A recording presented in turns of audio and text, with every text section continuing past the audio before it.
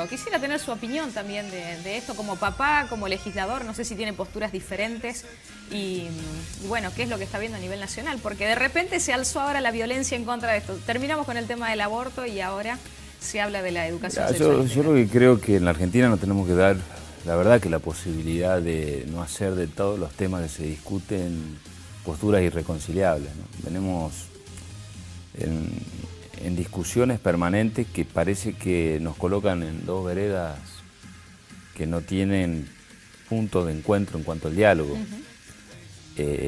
Digo, sobrepasando incluso esta discusión sobre la educación sexual. Yo creo que hay puntos de encuentro, no puede ser todo que es o una postura u otra, o un dictamen u otro, y ahí es donde tenemos que tener la apuesta para crecer como sociedad. El problema de la Argentina es mucho más que económico, es un problema cultural, es un problema de actitud, un problema de diálogo, que es lo que nos falta. Entonces, creo que hay que ver en todo tema, empezar a explorar otra actitud, a ver si cada uno podemos no quedarnos con el 100% de nuestras razones y ver si podemos encontrar en el otro algo de positivo. Es una actitud que tenemos que empezar a cambiar, si no, por más plan económico que exista, por más cambios de gobiernos que existan, si seguimos apostando a este tipo de relaciones, y la cosa se complica. Entonces, yo particularmente, cuando fue la discusión del aborto, voté en contra de la legalización del aborto. Pero intenté encontrar otra postura para tratar de encontrar puntos de encuentro, que era en su momento la despenalización de la mujer víctima de un aborto, como un primer paso, sin llegar a legalizar lo que es la actitud del aborto. No lo pudimos hacer, porque no había posibilidades de puntos de encuentro, era esto o lo otro. Y yo temo que en materia de educación sexual vamos por el mismo camino y sería, la verdad, dilapidar una oportunidad. ¿Esto ya llegó al Congreso? ¿Tiene algún tipo de proyecto? Hay un proyecto de ley, hay un dictamen. Yo estoy a favor de la educación sexual. Yo creo que en los colegios tiene que haber educación sexual. Creo que hay cosas que están en la Argentina pasando que tienen que ver con la falta de educación sexual. ¿Pero la integral también? Sí, aparte, a ver, creo que lo que más falta es educación sexual dentro del núcleo familiar. Claro. Si vos ves los últimos casos de violencia de género y los casos de abuso sexual, y incluso las noticias que han terminado en pérdidas de vida, tienen que ver con intrafamiliar. Entonces, ojo, creo que tenemos que tener una buena discusión. Es importante el rol de la familia, de los padres. Pero ojo que hoy no está siendo suficiente, ¿no? Si nosotros vemos los últimos casos de violencia sexual con pérdida de vida de menores, son casos de intrafamiliar. Quiere decir que dentro del mismo núcleo familiar, pues nosotros todos los padres nos creemos con la autoridad suficiente, y es válido porque somos quienes hemos construido la familia, para decir esto sí o esto no. Pero hay familias en donde eso no alcanza y el Estado tiene que estar, de alguna manera. Entonces hay que tener, por eso digo, tenemos que generarnos puentes de diálogo. No puede ser que todo es o como digo yo, como dice otro. Y si hay cosas que estamos viendo que tenemos que dialogar. O sea, es verdad que quienes somos padres queremos verificar qué se enseña a nuestros hijos. Pero también es verdad que si solamente a veces se lo dejamos a los padres y el Estado no garantiza cuando los padres no lo hacen, pasa lo que están pasando. El grado hoy de abuso sexual intrafamiliar es muy grande. El caso de violencia de género intrafamiliar es muy grande, es más de lo que muchos suponen. Y últimamente están finalizando con pérdidas de vida de chicos. Entonces, ahí es donde hay que parar la pelota y sí, está bien, nosotros nos planteemos posiciones, pero démonos la oportunidad de encontrar, ¿cómo puede ser que no nos podamos poner de acuerdo en esto? Y ahí creo que yo digo que hay que frenar un poquito la pelota. Antes de arrancar otro proceso de posiciones irreductibles, debemos decir, che, veamos un poco qué es lo que pasa, a ver si nos podemos poner de acuerdo en algo. Doctor, ¿tiene que ver esto con tal vez ejemplos, no? Yo siempre, uno cuando está en un tema tan candente, bueno, a nosotros nos pasa como comunicadores, uno intenta generar ejemplos, porque bueno, a veces uno hay jóvenes que no lo toman así. Yo siempre digo que nosotros sí somos formadores de opiniones, yo me hago cargo, porque muchas veces la gente te escucha y empieza con una opinión a partir de lo que uno dice. Entonces creo que también lo que usted plantea, necesitamos ese ejemplo desde arriba para abajo. Sí, ¿no? sí. O sea, necesitamos ustedes, cuando uno ve las imágenes de lo que pasa en el Consejo Deliberante de acá, que dos concejales se agarran las piñas. Yo siempre digo algo, ¿no? Cuando hablo con Emi, yo digo, cuando vos ves que hay una pareja que se falta el respeto en público, vos decís, wow, no quiero saber lo que pasa en la intimidad. Entonces, si dos tipos se agarran a pelear en el Consejo Deliberante, con las cámaras, con la radio, en una institución, vos decís, ¿qué pasará de puerta para adentro? Masacrar. Entonces, yo creo que los ejemplos no han sido buenos en este último tiempo. Y hay que empezar a decir quién es quién. El otro día nos tocó cuando debatíamos el presupuesto, en el caso del Congreso. Ahora estábamos quienes no nos metimos, estábamos arriba esperando que sesionar y trabajar. Entonces, es verdad. Es lo que vos decís, gran parte de esto, no gran parte, toda la parte, la estrategia política para ganar elecciones y demás tiene que ver con haber sostenido, para gobernar, para ganar elecciones tiene que haber sido esa estrategia de haber sostenido una grieta irreductible y en posiciones irreductibles. Entonces, hoy estamos viviendo las consecuencias, porque lo que te alcanza para ganar una elección, después no te alcanza para gobernar. Y eso es así como vos decís.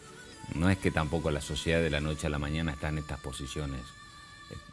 Tiene que ver con estrategias de cierto sector de la dirigencia política que cree que es eso. Bueno, pero los que no creemos que eso tendremos que bregar y hoy un granito de arena, otro, hasta construir una sociedad distinta, porque yo vuelvo a insistir, uno piensa mucho y dice, ¿cómo podemos estar en esta situación? ¿Cómo puede ser que no podamos arrancar? ¿Cómo puede ser que se pruebe una medida, otra medida? Y yo creo que también tiene que ver con la cuestión de la actitud, ¿no? O sea, si no somos capaces en medio de una crisis de que un gobierno, más allá de las medidas que vaya a tomar, convoque a los sectores políticos, sociales, iglesia, sindicatos, empresarios a una mesa, decir, bueno, es que no nos vamos a poner de acuerdo con un plan de gobierno. Busquemos 3 puntos, 4 puntos para arrancar en medio de la crisis y después llegará el tiempo de llevar adelante otro plan de gobierno cuando venga otro gobierno o este mismo sea votado de vuelta, depende de lo que le decida la gente. Y parece ser que en la Argentina es muy difícil, pero creo que hoy en todos los lugares del mundo se estudia este fenómeno realmente de la polarización, ¿no? No es un problema de la Argentina solamente. Y cómo emergen, lo de Brasil es un ejemplo, cómo emergen determinados personajes, ¿por qué? Porque la institucionalidad, teóricamente la democracia institucional, no garantiza un justo y adecuado reparto de bienes. Surgen estos emergentes por eso. Acaba de decir usted una frase que me quedó resonando en la cabeza, y es el hecho de que lo que te alcanza para ganar una elección no te alcanza para gobernar, porque hay una grieta tan grande que el país termina siendo ingobernable, ¿no? Porque no encontrás puntos de encuentro después. Yo tuve un ejemplo que le pasó al actual gobierno, que tiene que ver con la imagen de la expresidenta. Entonces, durante mucho tiempo fue el tema, guarda que somos nosotros o vuelve el cuco, o, nosotros o el cuco, nosotros o el cuco. Eso te sirve para ganar la elección, pues la gente decide, bueno, ante esta situación, voto a los que estaban, pasó en el 2017, pasó el 2015 para ganar. Ahora, si vos a los inversores que tienen que poner capital para generar trabajo le decís, guarda que vuelve el cuco, guarda que vuelve el cuco, y los inversores que van a decir, bueno, si vuelve el cuco, no, en la Argentina no voy. Entonces, doy un ejemplo así muy llano, pero para que se entienda. Claro, es que sí, si sirve vos... para la elección, pero no sirvió después para que el país pueda estar bien. Porque si vos no generás, si vos seguís marcando divisiones que no sirven para reconciliarse o para marcar un ámbito de seguridad, porque para una persona decida invertir en un país no hace falta solamente seguridad jurídica, sino tiene que haber condiciones de, por lo menos de continuidad en el tiempo. Y en la Argentina terminaron viniendo lo que llaman capitales golondrinas, los que vinieron porque la tasa de interés estaba alta o porque venían al dólar, después al LEVAC, o sea, todo lo que es el sistema financiero, pues se van y se siguen yendo y no queda el capital que invierte para poner una empresa o para poner un negocio. Bueno, eso pasó por eso, porque la política que se utilizó para ganar una elección después se pretendió utilizar para gobernar y no alcanza. Bueno, a nosotros nos parecía ameno a la vista, por lo menos verlo a usted y a Javier David siempre juntos en el Congreso. O sea, a veces con posiciones totalmente diferentes, votan diferente, pero están ahí. Pero ¿no? nosotros lo tenemos, todos los diputados nacionales de Salta dialogamos, todos, absolutamente todos. No hay uno con lo que vos puedas decir tan peleados. qué sé yo. Eso es ¿Será bueno. que nos conocemos de tiempo, de otras circunstancias? Que hemos tenido la capacidad de no trasladar las diferencias personales a lo político. Para mí eso es clave, ¿no? En una convivencia, pero que supera la política, tiene que ver con la vida. Yo digo, si yo, a ver, pienso distinto, vos siendo periodista y yo dirigente político, podemos pensar distinto. Lo que yo no puedo hacer es trasladar, y que es el desafío de hoy, y hay muchos que no lo hacen, esas diferencias que tenemos a lo personal. Yo puedo decir, che, mirá, me parece esto, decir, no, bueno, pero después decir, che, mirá, vamos a comer un asado, vamos a comer un asado. Vamos a tomar un café, vamos a tomar un café, o sentémonos a charlar de la vida, o sentamos a charlar de la vida. Hay dirigentes políticos con los cuales no se puede hacer eso, porque generan una barrera infranqueable, y eso es lo que hace mal, ¿no? Las posiciones extremas. ¿Y sintió que la gente interpretó que usted dijo que no al presupuesto, pero votó por el sí? Yo creo que sí. En realidad, yo lo que hice es decir que el presupuesto es malo, pero es mucho peor no tenerlo. Pero no por un discurso. Técnicamente es así. Hay herramientas como para que se torne peor, ¿no? ¿Cómo? Pero, hay herramientas institucionales como para que se torne peor, digo. pero si por eso yo planteaba, no hablemos solamente de rechazar el presupuesto, le digamos a la gente, ¿qué pasa si rechazamos el presupuesto? Si rechazamos el presupuesto y no hay presupuesto, comienza un efecto cadena en todo el país, no hay presupuesto nacional, provincial, municipal, no hay presupuesto de las universidades, de las organizaciones. ¿Quién maneja la plata? El jefe de gabinete de ministros. Son 1 billón de pesos, el 6% del PBI en manos de una sola persona.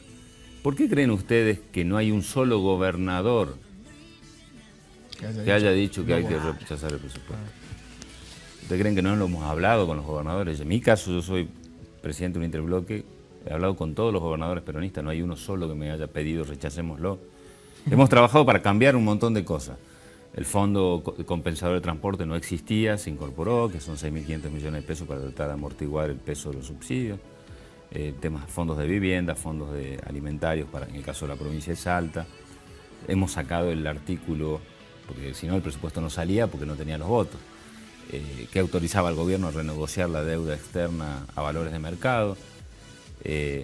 Ahora, ¿por qué cuando nosotros éramos gobierno en el fin del 2010, que no se votó el presupuesto, no porque se rechazó, sino porque quien hoy gobierna, el presidente Macri, que en ese momento era una oposición, no dieron quórum para tratar el presupuesto? En ese momento no hubo presupuesto, hubo que prorrogarlo. ¿Quiénes gobernábamos? Decíamos que la oposición era irresponsable, que había que darle a la presidenta, todos los presidentes de la democracia. Entonces digo, si yo cuando era gobierno pedí tener presupuesto y pedí como un acto de responsabilidad institucional, ¿por qué cuando soy oposición tengo que cambiar el discurso? Estas son las cosas que hay que empezar a cambiar.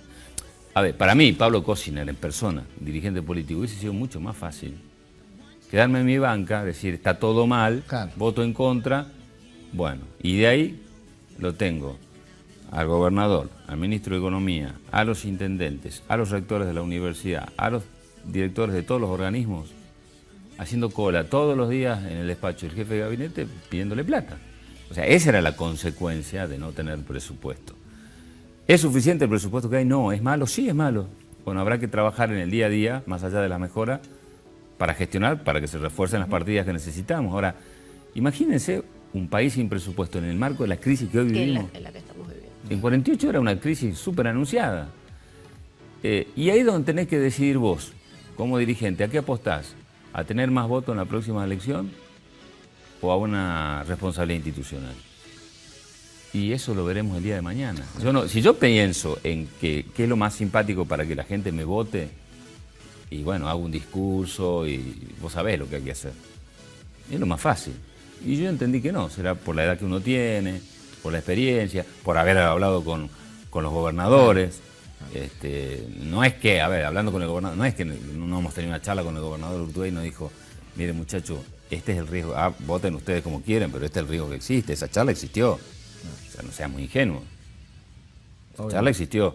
De ahí a decirte cómo tenés que votar, hay un trecho muy largo. O sea, muchachos, vean, no sé, pero estamos en esta situación.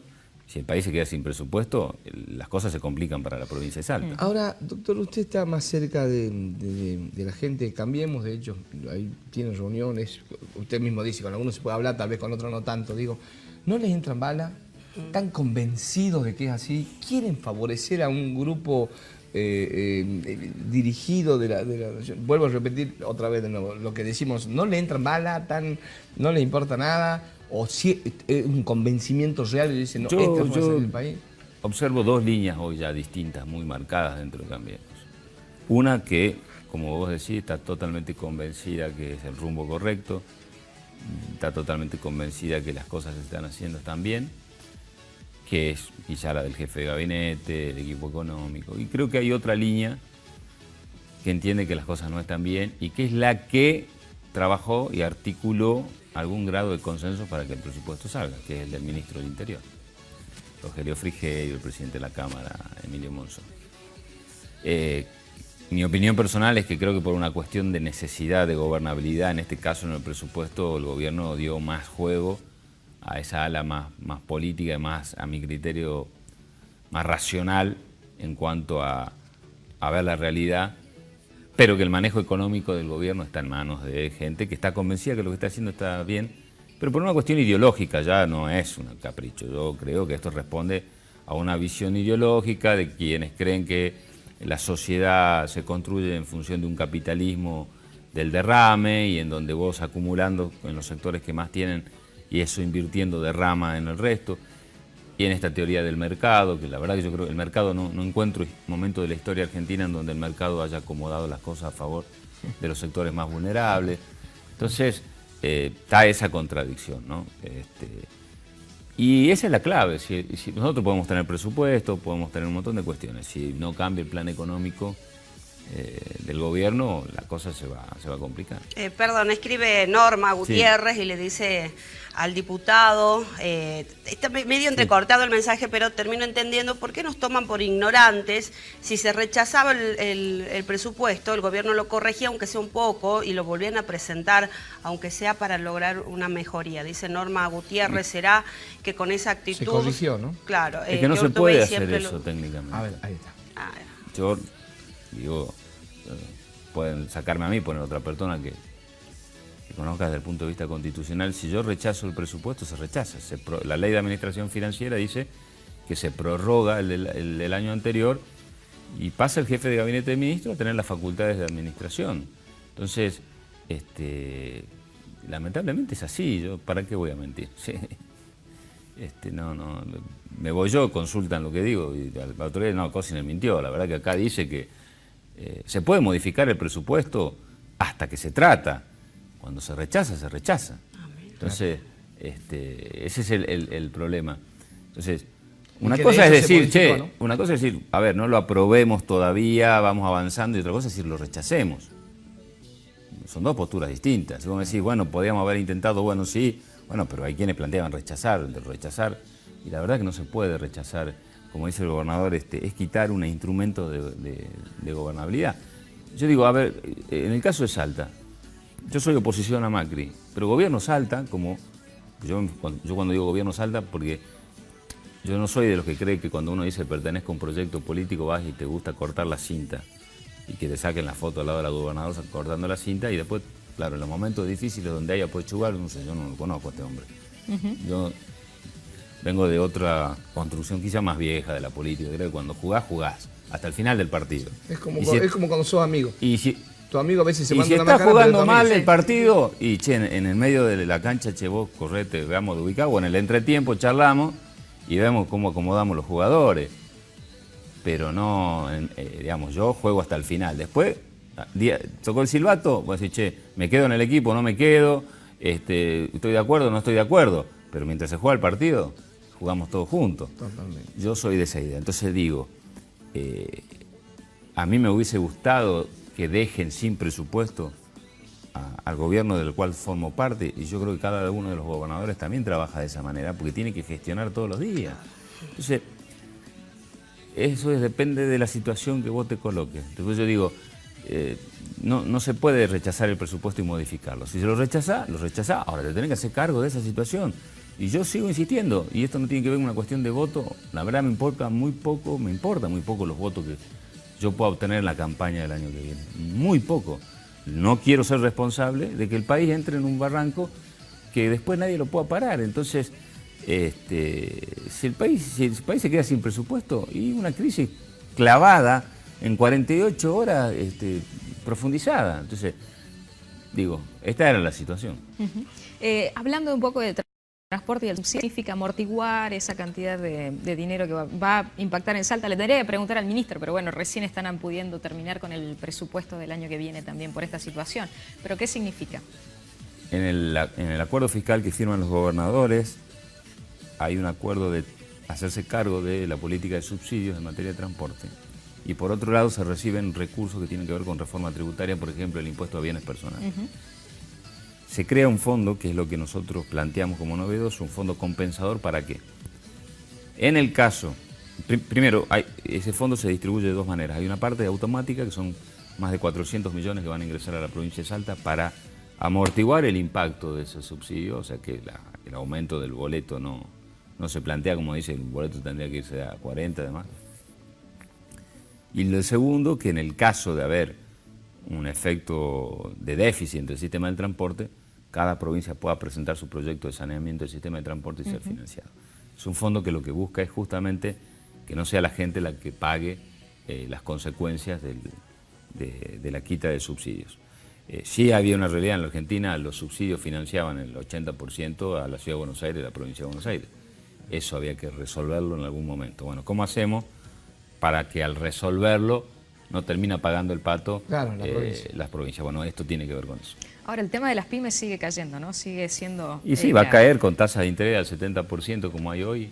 Justo venía para acá y venía escuchando un informe económico de una radio de Buenos Aires que hablaba del tema ¿no? Y evidentemente... ¿Y la ley que usted pudo trabajar, en qué pudo ver? Eso es para un país que teóricamente hace 2 años pensamos que había un país que iba a crecer y que iba la ley está de incentivo a las pymes, pero ¿cuál es el problema? Es quién va a querer invertir en una pyme un 70% de tasa de interés, o sea... Sí, no es de rentabilidad, sino de tasa cualquiera que tenga un capital hoy mínimo y va a ir al banco y lo va a pasar a buscar a fin de año, que tiene un 70% de rentabilidad. ¿Qué negocio hoy en esta crisis te da un 70% de rentabilidad? Eso es lo que pasa hoy en la Argentina, pero es la apuesta que está haciendo el gobierno para bajar la inflación. ¿Por qué? Porque con 70% de tasa de interés y la plata en el banco, no hay circulante. Claro. Hoy venía escuchando, hoy hay un 25% de dinero efectivo menos circulando que hace un año. La gente es increíble, doctor, pero prefiere poner plazo fijo de 2 meses, 3 meses. Te da más rentabilidad que poder invertir en, no sé, en comprar zapatos y revenderlo, digamos. Es una cosa loco. Y yo también pensaba, ¿no?, en la presión fiscal que tienen hoy las pymes, ¿no?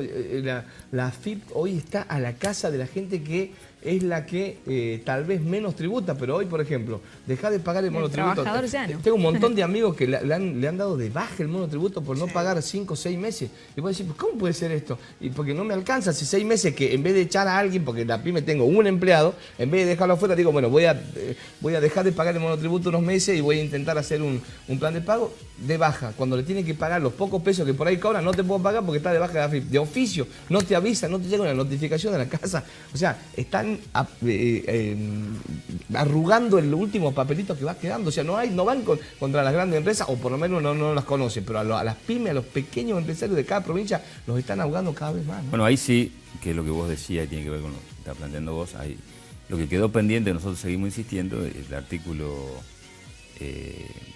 10 de la ley de PYME, 10 y 18, si no me equivoco, la ley PYME establecía la posibilidad de plantear estas políticas diferenciales para economías regionales y áreas de frontera, que es el problema de competitividad que hoy tenemos. Ya no tanto el tema de áreas de frontera, si se quiere, porque con la devaluación claramente va cambiando, porque ya no te conviene ir esas colas para salir afuera a comprar, para volver a entrar producto, ahora ya termino. Pero sí para las economías regionales. Creo que la semana que viene hay una reunión con la semana que viene, porque iba a ser la semana pasada y se suspendió, con el secretario de PYME de la Nación, donde vamos a ver si avanza en reglamentar las pymes, que tiene que ver con esta situación de monotributos especiales para economías regionales, ¿no?, que es el problema de hoy en el manejo de la economía más pequeña, pero que tiene que ver con la articulación de mayor fuente de trabajo. Lo que sí se aprobó la semana pasada fue el monotributo social para el sector del tabaco. Qué bueno. Que tiene que ver con pequeños emprendedores de tabaco, que nosotros tenemos muchos acá en Salta, que van a poder trabajar como monotributistas. Hablando de la ley de alquileres, que me parece que están trabajando en eso, y por ejemplo en Salta la semana pasada alguien me decía, bueno, de una semana a otra subió 400.000 pesos una vivienda en la venta, de una semana a la otra. Y uno dice, ¿cómo? Si el dólar está igual, pero bueno, no hay impacto de la baja del dólar en los precios. ¿De qué se trata la ley de alquileres y qué es lo que quiere beneficiar? La ley de alquileres lo que plantea es poner en semejante situación de, digamos, de impacto social negativo que tiene la economía, algunas protecciones para quien alquila. Para el que alquila. Y sí. Sí. La verdad que es así. O sea, nosotros entendemos la posición del sector inmobiliario, que estamos tratando de que la ley no afecte los intereses, pero cuando uno legisla también dice, bueno, ¿cuál es el bien jurídico protegido esencial? O tratar de no romper las relaciones, pero bueno, hoy el que está más complicado es el que alquila.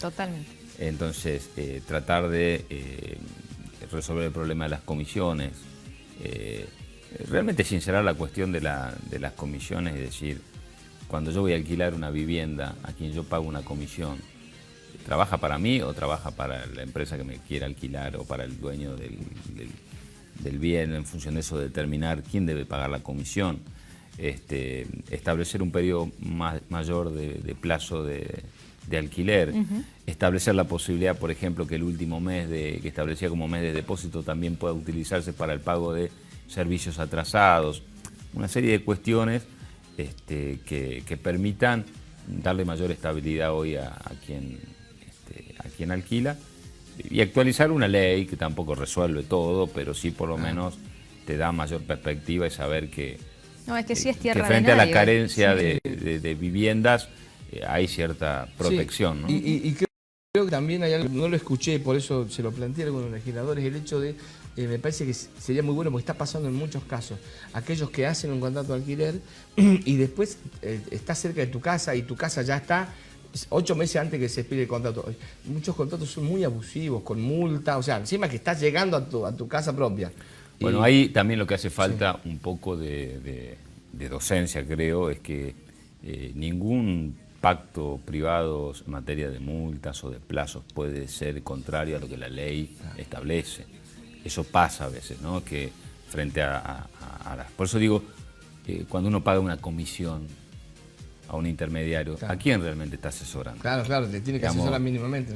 Sí, por eso, porque esto, a ver, charlando con gente de cámaras inmobiliarias nacionales, demás, me dice, no, bueno, pero asesora a las dos partes. Bueno, lo sinceremos, porque yo a veces veo que no asesora a las dos partes. Claro. Te traen un contrato hecho que es el que vos decís, y no se hace entre las entonces dos o lo firmás o no se... No lo alquilás, y a veces ni lo lees porque estás tan desesperado de la pasa vivienda. Perdón, ¿no? Carlos acaba de mencionar algo tan importante, la desesperación como juega hoy, ¿no? Porque la verdad que la necesidad habitacional en la Argentina y en Salta es extrema, diputado. Así es. Es extrema hoy la necesidad de esto. Bueno, comparto, no pone el nombre, pero bueno, dice si sabe que con el tema del presupuesto, solamente como para que la gente sepa que sí se lo compartimos, el gobierno nos prometió algo en su primera etapa, dice no mejoraron nunca, estamos más mal que bien. ¿Por qué votar a favor en contra de la gente? Usted conoce de lleno cómo viven miles de familias salteñas, cómo vamos a pasar estas fiestas.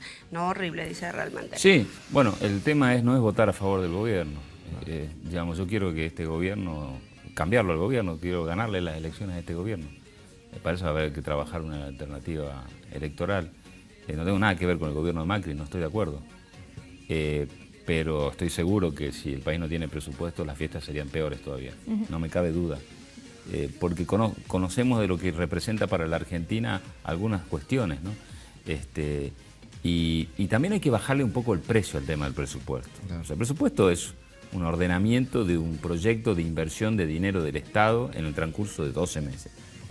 O sea, hemos tenido casos de presupuestos hermosos y gobiernos que han fracasado. Totalmente. O sea, sí, digo, lo que pasa es que acá juega algo social, la gente tiene un malestar grande. Por económico. supuesto, y hoy se canaliza, totalmente, pero hoy se canaliza por la totalmente. discusión del presupuesto y mañana si hay otra ley sobre otra ley, todo lo que tenga olor a gobierno, claramente, pero digamos nuestra responsabilidad, que volvemos a lo que, como dirigente, es plantear, creo yo, las cosas como más o menos son, porque si no, ¿viste? Como te digo, la posición más cómoda es decir, yo como dirigente opositor, pero lo más cómodo pensando en las elecciones del año que viene, y me pongo en contra de todo, y acá que pase lo que pase.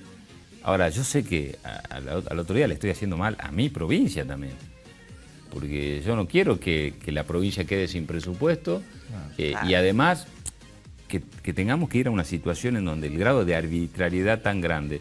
Imagínate, vamos a un organismo, como se hablaba, CONICET, ¿no? que se plantea que no hay fondos suficientes. Nosotros hemos logrado, porque también está la otra, ¿no? ¿Cómo mejoras las cosas si no te sentás? O yo puedo decir, porque ahora hemos podido conseguir esto. Ahora, si yo me quedo y decir, está todo mal, y bueno, está todo mal, y queda con que está todo mal. A ver, ¿cuál es la solución? ¿En qué hubiese cambiado? Nada, sigue todo mal. Entonces, por lo menos, uno logra decir, bueno, 500 millones de pesos más para el CONICET. No es lo que el CONICET necesita totalmente, no.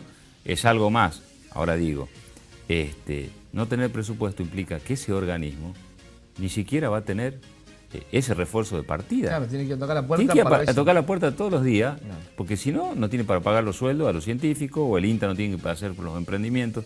Entonces, no es que rechazar un presupuesto, eso es lo que quiero insistir, no tiene consecuencias, tiene consecuencias y tiene muy complicadas las consecuencias. El diputado recién acaba de decir, y le agradecemos mucho su tiempo, la verdad que creo que hemos abusado de él, pero nos parece muy interesante charlar de estos temas con la gente mensajera, y usted nos ha desburrado de algunas cosas y a la gente me parece que también. Pero digo, acaba de decir, quiero ganar las elecciones del año que viene, y en esa construcción hablamos de que es tan difícil a veces sentarse hasta con gente del mismo partido que salió del partido.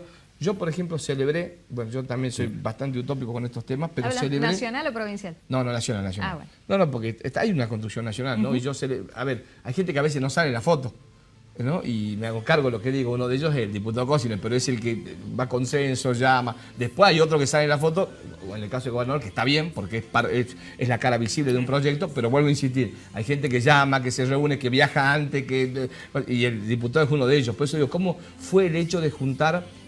Y yo lo celebro. Yo creo que yo no estoy de acuerdo. Yo creo que la gente tiene que cambiar, que si vos estás en una postura encontrada, vos podés retroceder. A mí no me gusta morir con las botas puestas y todos esos dichos. Yo creo que el país necesita que si hay que sacarse las botas, nos las saquemos y que charlemos entre todos como usted marcaba. Y yo celebré el encuentro de Massa, de Schiaretti, de personas que por ahí a veces antes no pensamos que se iban a sentar en la misma mesa con el gobernador, y se sientan y empiezan a construir algo. Cuénteme, ¿cómo está eso? ¿Se puede hacer en un país donde hay tantas separaciones y parece que nadie quisiera dar un pasito atrás y menos un paso adelante?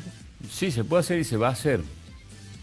Se va a hacer porque hay una firme voluntad de trabajar en este sentido. Es decir, bueno, por ahí no pensamos todos por igual. Ahora, nos tenemos que dar la oportunidad de no condenar a la Argentina solamente a dos posturas, ¿no? Ya, ayer escuchaba que se habla en contra de la grieta, y un periodista ayer a la noche en un programa dice, porque acá hay dos opciones, o Macri o Cristina. Dice, ¿cómo puede ser que vos te estás quejando de la grieta y solamente llevas a la sociedad a tener que elegir entre dos opciones? Existen, entre la grieta. Pero hay más, y hay que construir más. ¿Pero por qué? Independientemente de lo que signifique uno u otro, una etapa que ha pasado en Argentina con sus pros y sus contras, y otro, una etapa que está dándose en Argentina que a mi criterio está fracasando en su plan económico, tiene que haber otras opciones en Argentina. Bueno, esto es construir eso, pero no quedan esos cuatro. Lo que nosotros estamos planteando es tratar de generar una alternativa que incluso incorpore gente de fuera del peronismo. Por ejemplo, Socialismo Santa Fe, gente de Neuquén, gente de Río Negro, que tienen partidos provinciales, radicales que no están de acuerdo hoy con el gobierno del presidente Macri, que en su momento puedan haber apostado. Si se puede conformar esta alternativa para la Argentina multisectorial y multipartidaria, donde el peronismo tiene un peso importante, porque claramente por ahí es que más gobernadores tiene, además, se va a construir una opción distinta que creo que es posible llevarla adelante. Y no necesariamente tiene que salir de ahí el líder, como nosotros históricamente conocemos en Argentina. Creo que la Argentina va a otra etapa de liderazgo mucho más horizontales, mucho más, si se quiere, normales, no tan esa persona que la tenemos ahí arriba y que esperemos las soluciones permanentes. Creo que se elegirá democráticamente a través de una elección paso. Creo que va a ser un proceso mucho más horizontal y con más oferta, ¿no? O sea que podría ser como no el gobierno portugués. Podría ser como no, depende de la decisión que él tome. Yo lo veo hoy más cerca de que podría ser que el que no. Sí, no, Claro. yo no escuché, gobernador, que no lo diga, por lo menos hablando de los justicialistas, los que están cerca del gobernador. Todo el mundo lo elogia, esto es una realidad. Después te le puede caer cómodo o no y cada uno puede discutir, pero hoy la dirigencia política y la que está gobernando en Argentina, por lo menos quiere que el gobernador esté en la discusión, ¿no? Esté en Claro, las es personas que sean dentro elegidas. me parece que, no sé, ¿no? Dentro de los 4 es el único que no quisiera, pero, y todo lo de democráticamente, dentro de las Sí, elecciones. porque también es verdad que lo que él plantea es si nosotros tenemos la capacidad de construir ese espacio político con un proyecto serio, más colectivo, está bien. Ahora, si queda solamente en es Urtubey o no es Urtubey, no sirve para nada, porque vos estás Sería lo achicando mismo. al tamaño de una sola persona. No, y además hay y otro, esto va perdón. tomando cuerpo de la manera que lo viene planteando. Sí, y además hay otro, perdón, me hago cargo de lo que digo también, hay otros que no quieren entrar en esa discusión de ser elegible. Hay uno que tiene el ego muy alto, que por Sí. más que estén sentados en la mesa, tampoco quieren correr el riesgo de decir, De bueno, perder. me presento y pierdo, que no sé si después voy a tener la valentía de acompañar. Pero ¿no? eso también, a ver, tu experiencia también te indica hasta dónde puedes llegar o no. Totalmente. Sí, uno puede tener expectativa de ser algo y saber que, bueno, tu futuro puede estar acá y no estar acá, pues para esto hay otras personas que están en mejores condiciones. Eso también puede pasar en este espacio, en donde arrancan varios, Schiaretti, Urtubey, Sí, Massa, Pichetto, el gobernador de Santa Fe, qué sé yo, Margarita Stolbizer, porque se está hablando con varios. Y de ahí, por ahí coinciden entre todos, che, pero no, fulano de tal se disparó porque la gente lo ve. ¿Para qué vamos a tener un desgaste entre nosotros que sea esta persona? O no, o puede ser que estén todos más o menos parejos y digan, bueno, vamos a una elección y que la gente ordene. Y en Salta hay... ¿Sáenz es Macri? No. ¿Cómo? ¿Sáenz es Macri? ¿Usted identifica también eso? ¿Desde allá se ve eso? Desde A mí me la cuesta Cámara de mucho Diputados? identificarlo. ¿Eh? Yo tengo relación con él, hablo, o sea, digo, no hablo permanentemente, pero no corté nunca una buena relación personal. Más allá de las diferencias. Creo que él jugó con Macri claramente, lo dijo públicamente, formó parte de la estructura de Cambiemos. Hoy me cuesta identificarlo porque por ahí escucho, Porque no sé. digamos, definiciones que no, como que no, pero por otro lado como que sí. Y yo creo que va a llegar un momento que va a tener que definir. Claramente, si él sigue apostando a formar parte del esquema Cambiemos, y nos encontrará en veredas opuestas. Hoy está más cerca de eso, aparentemente, que otra cosa, ¿no? ¿Usted cree que él puede hacer una alianza con el gobernador aquí en Salta? Depende de él. A ver, yo tampoco voy a negarle, si me dicen, Sáenz no es peronista, y es verdad que sí es peronista, toda su vida lo fue. Creo que tuvo una opción, a mi criterio equivocada, de apoyarlo al presidente Macri. Pero qué sé yo qué es lo que va a hacer, la verdad. Sinceramente, a veces, él tiene la particularidad de no hablar mucho, ¿no? Y eso a veces genera dudas sobre su accionar, pero no es una persona que hable mucho de la política en general, habla mucho de la gestión, pero no de política en general. No sé, la verdad que no sé. Hoy Estuvo muy, muy complicado en estos días, en el sentido de que yo siempre digo, ¿no? Que hay que concentrarse en lo que tenés que concentrarte. Lo que sale todos los días en televisión, ¿sabes? O sea, a mí me pasa, ¿no? Yo voy a la cancha de gimnasia de Central o de Juventud y me insultan en la precancha, que piensan que soy del otro equipo, es normal, es parte de la vida. Sí. Lo vi muy sensible en esta semana en su programa de televisión, habló 15 minutos de todo lo que se viene hablando de él en las redes sociales, o sea, qué sé yo, está sensible con esas cosas, digo, me parece. Bueno, lo que pasa es que pasa los días en una gestión y eso te genera obligaciones. O sea, en determinado momento estás más cerca del comienzo, donde tenés mayor hándicap o mayor tiempo, y después vas llegando a la mitad y después vas llegando a estar más cerca del fin de la gestión, donde la gente ya empieza a medirte por resultados. Y bueno, y además se llega a estar más cerca de las elecciones, donde empieza a manejarse, digamos, las discusiones con otro tono, si se quiere. Y bueno, pero esos son los gajes del oficio. Creo que por ahí las transformaciones de fondo de la ciudad que se habían prometido y demás todavía no se ven y eso genera también conflicto con determinados sectores. Perdón, yo creo que algo puntual. No pregunto más. La Cámara de Diputados Sí. provincial, Sí. ¿no? ¿Puede pedir informes a la cooperadora asistencial? Porque ha habido una discusión toda esta semana, el intendente fue a decir que no, que él tiene que rendir cuentas al Consejo Y Deliberante. yo creo que sí, porque es una ley provincial. Y se Me lo administra había en forma explicado provincial. Mariana, pero me gustaría que... Yo creo que sí. Porque ha sido muy sensible esto, ¿no? Del pedido de informe y él salió a decir por todos lados que él no tiene que hacerlo y lo hace, pero usted entiende que sí. Y yo creo que sí, o sea, te hablo muy por arriba, ¿no? Sí. Tendría que revisar un poco. Pero la ley de cooperadora asistencial es una ley provincial. Cooperadora asistencial en todos lados, por una ley provincial. Hay representantes de la provincia en la cooperadora. Me parece que sí, pero bueno, qué sé yo. Y además, si no tenés para ocultar nada, ¿no? Perdón, con lo ¿Para qué? ¿Por qué contestar? Porque se comenzó la entrevista, mandan una foto y alguien como un papá dice si para prevenir abusos, embarazos, para no adoctrinar a nuestros hijos en este tipo de ideología anticientífica, dice, perdón, no me llega el mensaje completo, obviamente habla sobre la educación sexual. Yo creo que la mayoría de los que está planteando esto es no a la ideología. Claro, hablamos de educación sexual nosotros. Claro, Sí, la sí, sí. educación.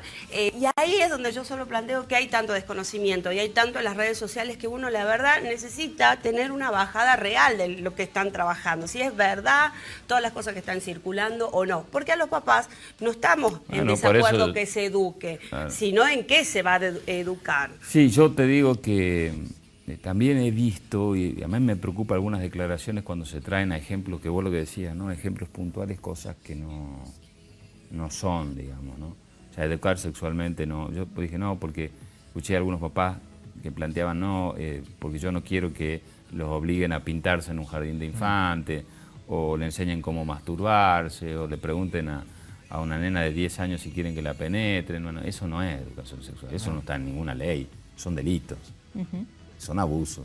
Entonces, yo lo que creo que hay que hacer también, hay que hacer una discusión seria de esto. Porque vos a tu misma posición le podés hacer mucho mal si vos Desde la ignorancia, ¿no? Claro, o la haces tan extrema que decir, no, yo quiero saber como padre qué le van a enseñar a mi hijo. Eso es válido. Eso me parece válido. Lo que no creo que es válido es perjudicar a esa posición por tener cosas que no son. ¿Desde la ignorancia o desde la malicia? Porque a veces alguien sabe y tira y tira y tira, y como usted hablaba, ¿no? Esa situación que es intransigente, que a alguien le conviene, ¿no? Que seamos tan o negro o blanco. Y aparte, digamos, es muy complicado si como país no nos podemos poner de acuerdo en una ley de educación sexual, realmente no vamos más allá de las posiciones.